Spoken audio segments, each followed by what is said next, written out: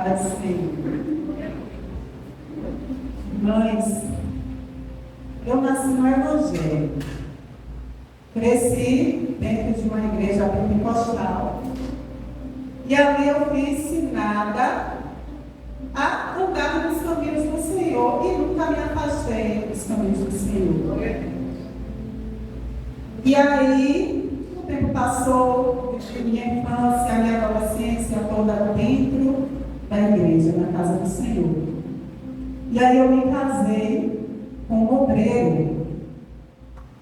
Me casei com um obreiro da casa do Senhor, pregador da palavra. E me casei virgem.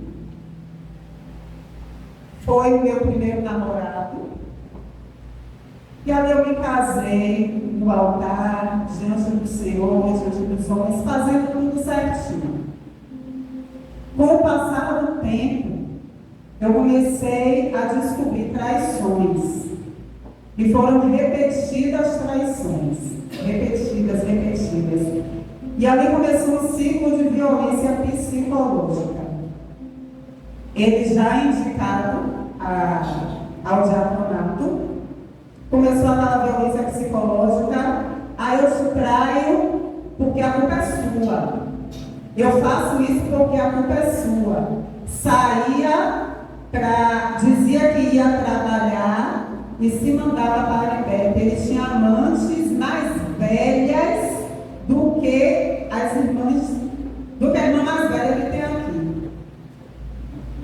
Ele teve uma amante que o filho dela, mais novo, era 10 anos mais velho do que ele. Então não existia um padrão, qualquer uma servia. E havia aquela violência psicológica. Porém, eu cresci em um ambiente evangélico. E o que é que a gente aprende? Que a gente tem que lutar, que tem que orar, independente de qualquer coisa, você tem que orar, porque o diabo não vai tirar o seu casamento.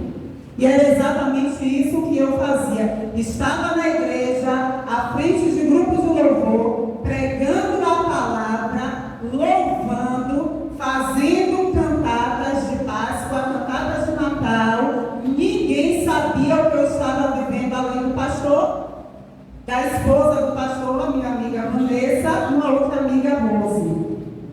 Então, aparentemente quem olhava estava tudo bem. Ele estava repetidamente em disciplina por conta das traições. E aí, além da violência psicológica, eu engravidei. Quando eu engravidei, no dia que eu descobri que eu estava grávida, ele esqueceu o telefone celular em casa. E ali ele foi pregar. Quando ele esqueceu, o Senhor falou assim a mim. E eu fiz. Aí eu peguei, sentada no sofá, olhei atrás do sofá. Quando eu olho atrás do sofá, o celular estava atrás do sofá. E o Senhor me deu a senha.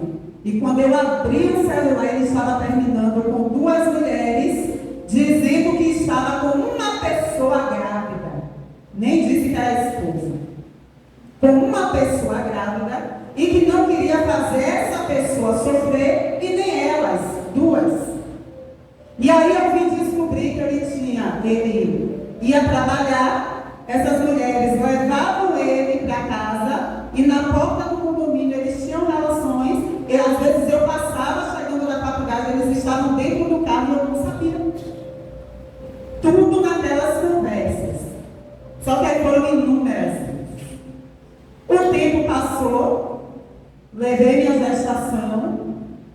Quando eu estava com 4 meses, a minha gestação foi gemelar, eram gêmeas. E aí quando eu estava com 4 meses pregando, e a igreja sem saber de nada do que eu estava passando, além da minha liderança e as minhas 2 amigas. Pregando, eu senti o sangramento.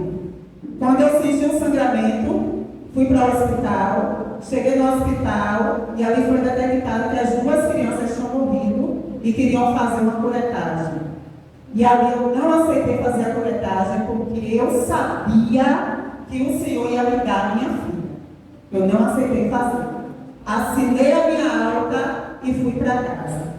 Quando foi na segunda, isso foi na sexta, quando foi na segunda de manhã, eu passei o dia bem. No final da tarde eu deitei. Quando eu acordei, parecia que eu tinha feito xixi. Aí eu fiz xixi na cama. Quando eu vi a luz, era sangue na cama. E aí eu liguei para minha mãe, fomos para outro hospital. Chega lá nesse hospital, foi detectado que realmente uma tinha falecido, mas que a outra estava viva. Então, se eu tivesse tirado, eu tinha matado as duas. E aí, eu fiquei sem obstetra, porque o médico disse, você vai morrer. As crianças, uma já foi e a outra vai também. Eu não vou fazer seu pai. Fiquei procurando obstetra, não achava em lugar nenhum. E o cidadão continuava me traindo e jogando a culpa em quem? Em mim.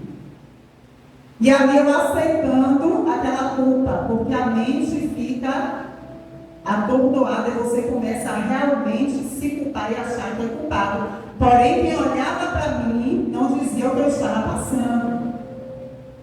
E ali, a minha filha nasceu com 7 meses.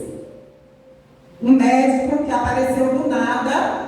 Todo mundo dizia que era maluco, mesmo, porque eu contava as coisas na mesma hora que eu esquecia. Me conta aí de novo, mas a doutora fala de novo. E eu falava, saí dali e tive um parto de emergência no dia que eu fiz 7 meses. Nesse parto de emergência, foi descoberto que eu tinha 32 miomas. Retiraram-se os miomas, tirou a criança, era mais fácil tirar o útero, mas ele não tirou o útero. Engraçado que, na noite anterior ao meu parto, eu descobri mais uma amante. E aí eu disse a ele, você não vai entrar. Ele, mas se eu não entrar, eu quero ver minha filha, me perdoe. Mais uma vez eu perdoei. E ali ele entrou. Quando a criança estava com 3 meses, ela deu 37 convulsões. Quando ela deu 37 convulsões, o Senhor falou comigo que era obra de feitiçaria. E ali eu falei com ele, você está com alguém? Ele, não estou. O Senhor me deu o nome da pessoa. Eu disse a ele, é tal pessoa. Nunca nem tinha visto.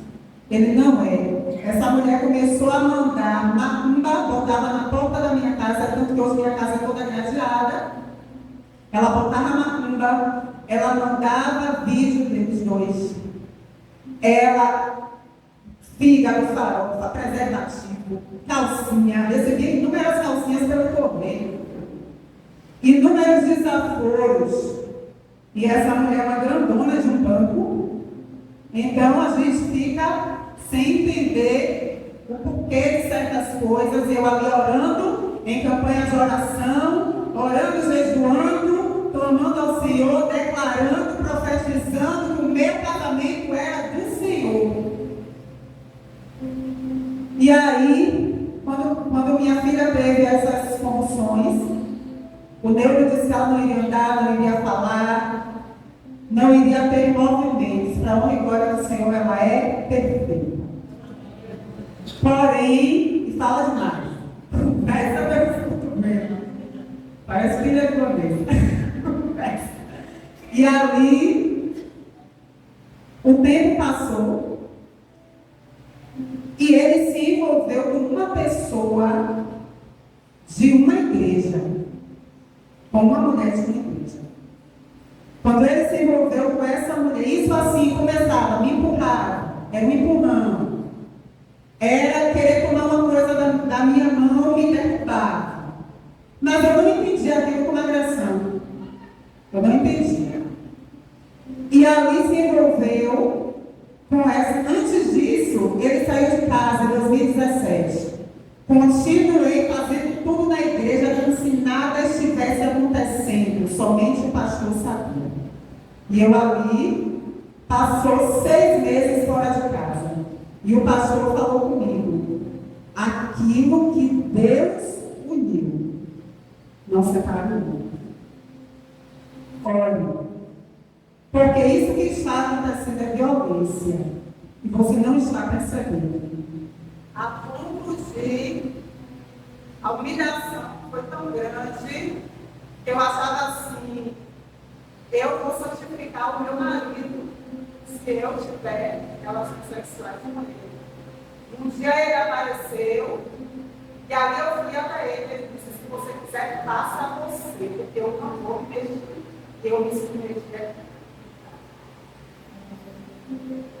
Porque eu achava realmente que eu estava santificando e que ali ele iria largar as que ele estava para ficar comigo. O tempo passou, esse homem volta para casa. Quando ele voltou para casa, nós estivemos lá, eu nos doei na igreja, como se nada tivesse acontecido, né? E ali, quando ele retorna e foi confessar o pastor, ele confessou assim, fiz, não me lembro com quantas mulheres já traí ela, traía desde o namoro. Estou voltando por causa da família dela e por causa da menina. Em momento nenhum ele disse que estava voltando por causa de mim. E tem mais. Se fizer qualquer coisa, eu pego minhas coisas e vou embora. Só que aí ele entendeu onde foi que ele achou a minha fragilidade. Porque até então eu repreendia. E eu dizia a ele, não, você é o meu esposo. E eu repreendia, e jejuava, e orava, e clamava, e chamava por Deus em todas as situações, de jejum de 40 dias, amamentando, e ali, quando ele entendeu qual era a minha fragilidade, a igreja, porque a vergonha, o medo do julgamento, a humilhação de ser largada e o medo do recomeço, o que é que ia ser de Deus, eu ministério. Eu pregava, eu louvava, líder de departamento, que era que eu ia fazer na minha vida se eu fosse largada. E aí, um dia eu orando, o Senhor disse, eu é que sei os pensamentos que eu tenho para você. E os pensamentos são de paz e não de mal. Aleluia. E ali eu não entendi que o Senhor ia me dar de volta, porque às vezes a gente vem com a gente quer entender. E não que o Senhor está falando, mas a gente vem com a gente quer.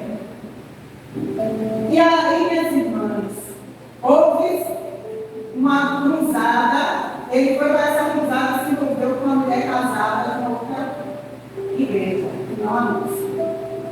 E ali ele se envolveu com essa mulher, e eu estava no quarto com minha filha, e ali ele tinha um relógio que chegava as mensagens.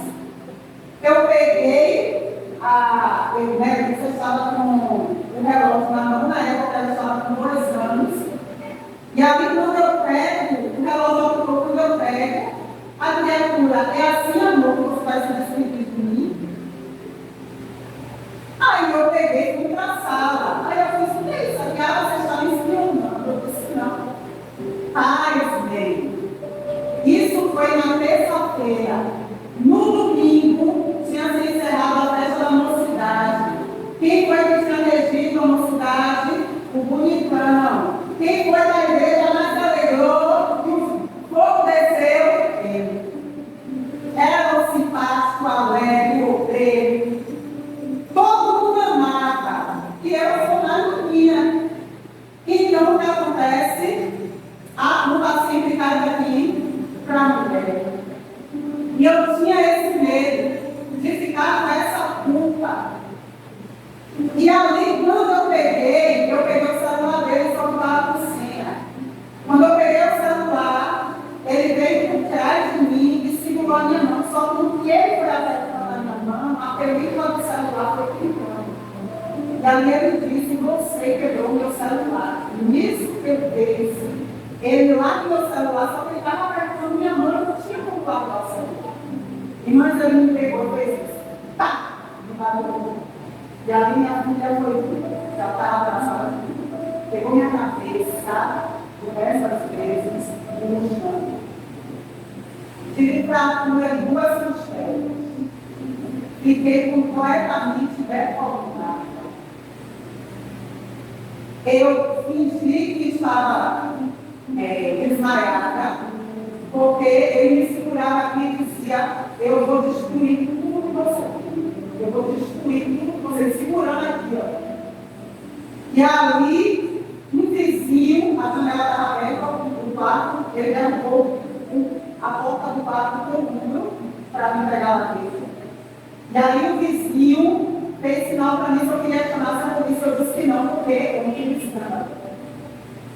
Eu não queria escândalo. Então, abriram tudo calado. Só que quando ele me derruba, e assim eu comecei a sangrar, eu fingi que tinha desmaiado, ele subiu e chamou minha irmã. Quando ele chama minha irmã já chega com minha mãe. E aí elas não queriam que eu ficasse mais naquela situação. E o que foi que eu fiz? Fui implorar para que ele não me deixasse. Comecei a implorar a você. Eu me ajoelhei literalmente aos pés daquele homem, implorando que ele não me deixasse, porque eu tinha medo da reação da igreja. Não era o pessoal. E aí, quando foi, aí ele sumiu. Quando aparecia, era de madrugada. Para ver a menina. Aparecia de madrugada. E aí, quando foi um dia, ela virou para mim e falou assim: mamãe, pede uma carta, com 2 anos. Aquilo me quebrou. Porque eu disse: o que é que eu estou fazendo com a minha filha? Eu estou normalizando a violência.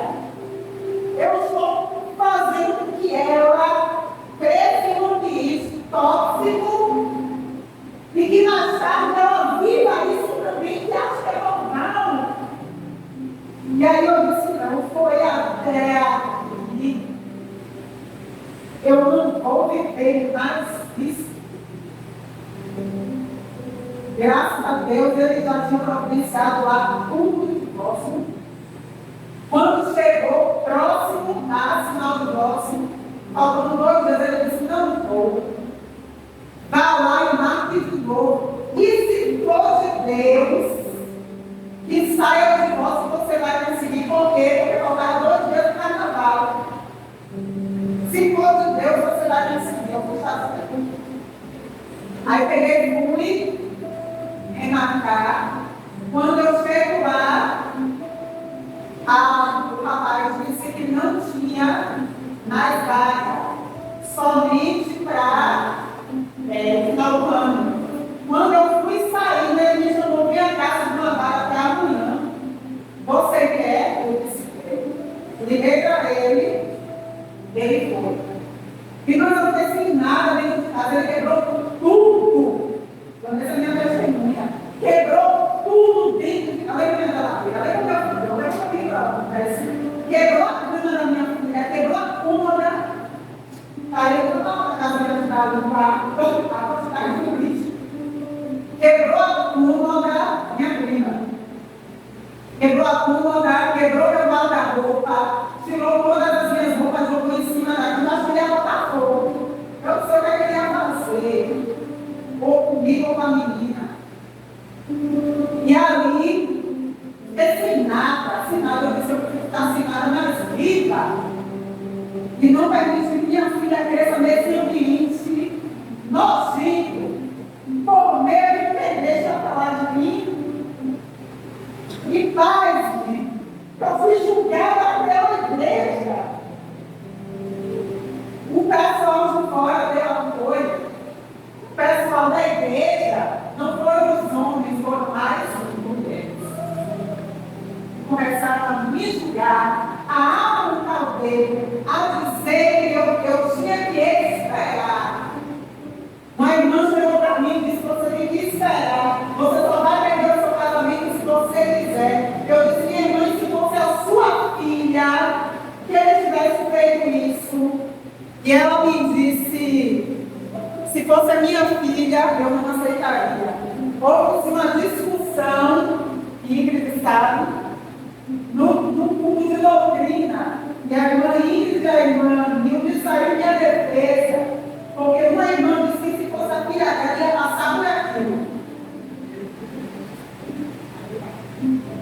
Deixa eu mostrar aqui. E aí o que acontece?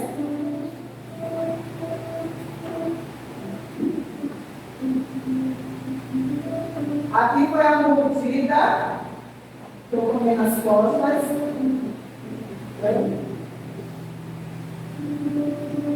Tinha aparelho, então eu tenho uma mordida ainda.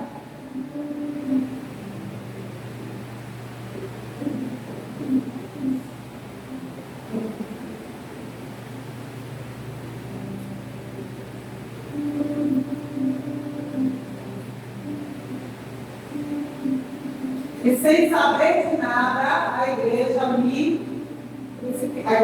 mulheres, algumas mulheres me crucificam.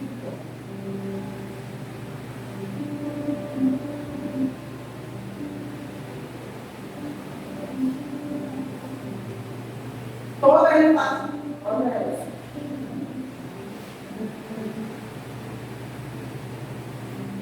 Toda a empachada, que eu fui para a dela. E aí o tempo passou. E aí o Senhor colocou no meu caminho um homem segundo o coração. Glória a Deus. Tem 20 anos. Cristão. Me trata como uma princesa. E quando eu me casei, aí é que o julgamento foi pior. Porque eu tinha que ter esperado o bonito já, filhos na rua. E as pessoas achando que eu devia esperar. Calma e glória no nome do Senhor. Desde a separação, eu só fui lá duas vezes, ele não procura. Uma vez eu faço questão de dar a sua vida lá. A menina passou por tratamento psicológico, ela luta ela tinha 2 anos, ou ela tem 9. E ela luta detalhadamente, porque ela fica, a gente acha que a criança não está observando, mas a criança fica. Hoje, quando eu me casei, ela estava com 3 anos e meio, e ela chama meu esposo de pai. Para ela o pai dela é uma pessoa que está de apoio. E o Senhor me fez prosperar abundantemente, muito além daquilo que eu sonhava que era um casamento, muito além daquilo que eu pensava que era um relacionamento. Eu sou feliz. E quem olha para mim hoje, quem me viu antes, como Ingrid, quem me viu antes e me vê hoje, eu sou feliz, eu me amava. Porque se eu me arrumasse, se eu botasse uma camiseta, ele dizia que eu estava querendo sensualizar lá em cima. Olha, a preocupação do diabo. Então, eu me arrumava, eu não ajeitava meu cabelo, eu fazia minha sobrancelha, não fazia nada, a religiosidade estava dentro de mim. E eu precisei entender que eu precisava me libertar da religiosidade e me dar uma chance.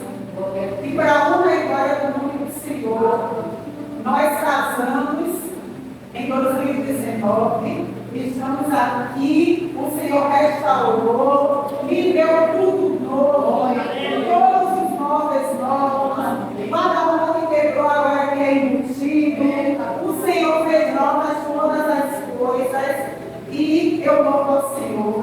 Me agradeço a oportunidade.